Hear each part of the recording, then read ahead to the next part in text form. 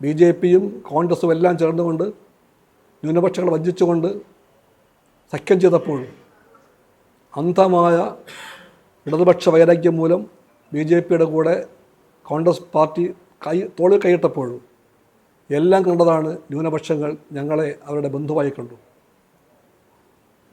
നാളെയും അങ്ങനെ ആയിരിക്കും. കമ്മ്യൂണിസ്റ്റ് പാർട്ടി ഉറപ്പിച്ചു പറയുന്നു, LDF തന്നെയാണ് ന്യൂനപക്ഷങ്ങളുടെ സ്വാഭാവിക ബന്ധു. ഞങ്ങളല്ലാത്ത വേറൊരു ബന്ധു അവർക്ക് ചിന്തിക്കാൻ പോലും കഴിയില്ല. ആ ബന്ധത്തിൽ ഒരു പോറൽ വീഴാൻ പാടില്ല, ആ ബന്ധം ഒലിഞ്ഞു പോകാൻ പാടില്ല. അതാണ് CPI നിലപാട്. അവർക്ക് ആശങ്കയുണ്ട്. അത് ദേശീയ രാഷ്ട്രീയത്തിൻ്റെ പലതും കാണുമ്പോൾ ഉണ്ടാകുന്ന ആശങ്കയാണ്. ന്യൂനപക്ഷങ്ങൾ വേട്ടയാടപ്പെടുകയാണ്. പള്ളികൾ പൊളിക്കപ്പെടുന്നുണ്ട്. ഇപ്പോഴും ഉണ്ട്. ബാബറി പള്ളിയുടെ തീർന്നില്ല.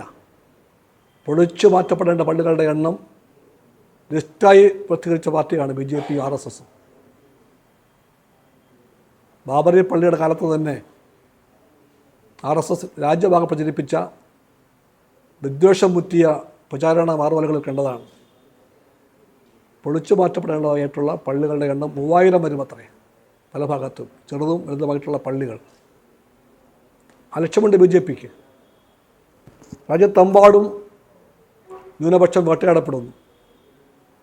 ആ വിഭാഗത്തിൻ്റെ ആരാധനാവകാശങ്ങൾ, സാംസ്കാരിക വ്യക്തിത്വം, ഭക്ഷണക്രമങ്ങൾ, വേഷത്തിൻ്റെ രീതികൾ, ഇതിനെല്ലാം ഭൂരിപക്ഷ വർഗീയ ഭ്രാന്ത്, ഫാസിസ്റ്റ് രാഷ്ട്രീയത്തിൻ്റെ സ്വഭാവമുള്ള ഭൂരിപക്ഷ വർഗീയ ഭ്രാന്ത് കടന്നാക്രമിക്കുകയാണ്.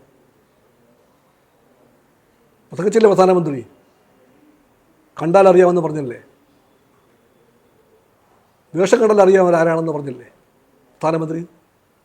അങ്ങനെ ഇഷ്ടമുള്ള വേഷം ധരിക്കാൻ സമ്മതിക്കാതെ, ഇഷ്ടമുള്ള ആഹാരം കഴിക്കാൻ സമ്മതിക്കാതെ, ഇഷ്ടമുള്ള പള്ളികൾ പോകാൻ സമ്മതിക്കാതെ അവരെല്ലാം നിരന്തരം വേട്ടയാടപ്പെടുമ്പോൾ എല്ലാവർക്കും അറിയാം, ന്യൂനപക്ഷങ്ങൾ ഇന്ത്യയിൽ ക്രിസ്ത്യൻ മുസ്ലിം ഭേദമന്യേ ഭയചകിതരാണ്. സ്വന്തം identity, political faith base identity, എല്ലാ ഐഡൻറ്റിറ്റിയും വെല്ലുവിളിക്കപ്പെടുമ്പോൾ, വ്യക്തിത്വത്തിൻ്റെ മേലുള്ള ഈ ഭീഷണിയുടെ വാൾമേൽ തൂങ്ങി കിടക്കുമ്പോൾ, ഈ ഡെമോക്രസിൻ്റെ വാൾ തൂങ്ങി നിൽക്കുമ്പോൾ ന്യൂനപക്ഷങ്ങൾ ഇന്ത്യയിലെമ്പാടും ജീവിക്കുന്നത് ഭയത്തിലാണ്.